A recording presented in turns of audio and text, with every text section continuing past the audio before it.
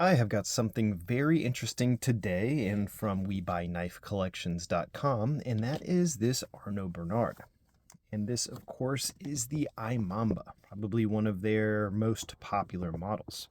And this particular iMamba is something special. This is not the standard version. So what we're looking at here is the blue kudu bone. And if you're not sure, kudu is one of these guys.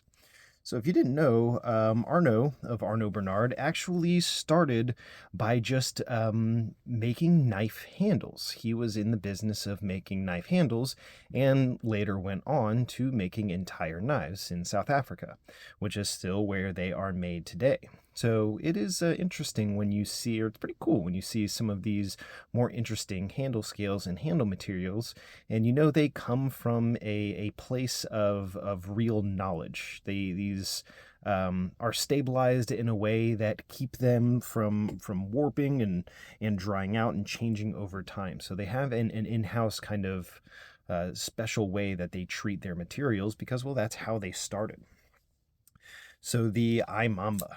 This has kind of been known to be the flipper Sabenza, or almost one of the closest things to a Sabenza for a non-Chris Reeve knives, because it is very nice in its simplicity. It is just slabs of titanium frame lock. We've got a nice blind screwed clip, and it is no frills. It's a very nice knife for what it is. It is RWL 34 steel that has actually been tested to be in a very good range for RWL 34, I believe up to above 62, 63. Not this one specifically, but Taylor did mention that he had tested some before.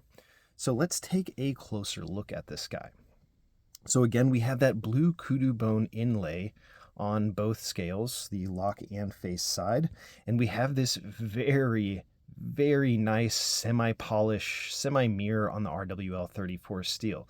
I mean, that is just such a nice, I mean, look at how much that fingerprint shows up right there. I don't even think that's a fingerprint. I think that's just the warmth of my thumb just steaming up the back of that blade there. But it is, these are some really excellent, almost custom level quality mid-tech style knives out of South Africa that for the price range, for what you're paying for these, you're getting a very premium piece. We've got this really nice crowned spine here and some really excellent jimping. So we can do a very good finger flick through that hole, and the flipping action is of course as good as you'd think it would be. Very excellent. I'm not always for flippers with frame locks, or frame locks with flippers, so to say, because sometimes if you put any amount of pressure on that lock bar, you're not getting a good flipping action. It will bind up too much, and that is something that just isn't happening at all with this. We've got a nice, good, consistent flipping action. Even very higher end knives, any little amount of pressure on that lock bar and that flipper just wants to jam up, and I'm not feeling any of that with this. We do have some other goodies here that it comes with as well. We have this really neat coin with the iMamba. So if we didn't already know, we have a 3.42 inch blade, and it is an overall length of 7.93 inches, which it does say on the coin, which is very nice. I like that it has the stats there. Tough enough to use, nice enough to collect. Arno Bernard knives, South Africa since 2002. Very cool, very nice. I'm not always a huge fan of coins and things like that, but one that has the stats and everything on it, it's pretty interesting. I like that. We've got a pouch, and I believe it comes with the tools for assembly as well as a lanyard. And I think that might be kangaroo leather. I'm not 100% sure on that. And a sticker. So we've got a nice little bit of goodies that come with the knife, but this is all we really care about at the end of the day. So this does have a lock bar insert that doubles as an over travel stop for that, which is nice.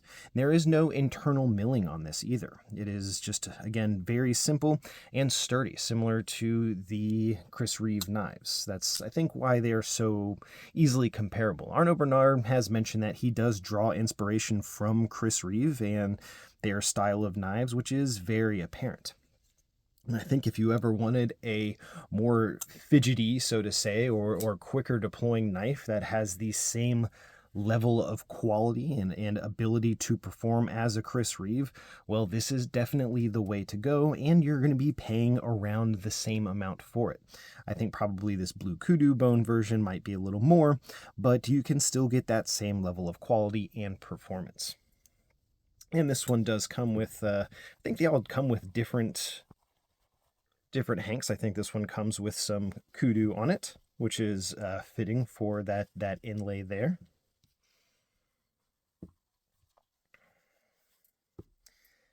And again, I would like to thank WeBuyKnifeCollections.com for providing this iMamba for me to take a look at. This is a knife that I'm not sure if I would have gone out of my way to get. So whenever I get an opportunity to try something out and check something out that I am not sure that I would want to buy, I'm always glad that I can jump on the chance to do that. So if you're looking into high-end customs or hard to find pieces, check out what's available at WeBuyKnifeCollections.com. He's always got a rotating lineup of collector-grade knives worth a look if you like hunting for something unique. He also actually buys knife collections too, if you couldn't figure that from the name WeBuyKnifeCollections.com. So definitely, if you are in the market to sell your collection, hit them up as well, again, at WeBuyKnifeCollections.com. Thank you again for letting me check this out. And while Chris Reeve knives do always have washers, and they are closely compared to these are actually riding on bearings. And I know people have their feelings about washers versus bearings, but plenty of other mid-tech and customs and beyond still use washers or bearings. It's not any kind of bearing of bad quality, not in my opinion at least. I don't think it detracts from the ability for this knife to actually get the job done, and it definitely doesn't change it in my perspective at all. I know some people say, well, we got more of a chance to get more grit in there to, you know, jam the knife up or something like that, but I've seen a lot of independent testing be done with washers versus bearings, and when you're getting them that dirty, if you're getting it dirty enough to jam up a bearing, well, guess what? It's going to be dirty enough to jam up a washer. They both can just rinse out just as easily. If you're getting them that dirty, then you could probably just rinse them out with water. So I'm not really for the argument of washers versus bearings. Now, sometimes with bearings, you can feel that it is not entirely smooth. Like you can feel there's a little bit of grit. You can feel those bearings rolling around in there. And let me tell you, you don't feel an ounce of that. You would think it is on washers. It feels like a very smooth washer knife. And that, I think that just goes to tell you the quality that goes into this. It is very, very exceptional quality on this. I'm really glad I had the chance to check it out. But anyway, thank you again to Reeve from WeBuyKnifeCollections.com for letting me take a look at this Arno Bernard iMamba. Thank you for watching.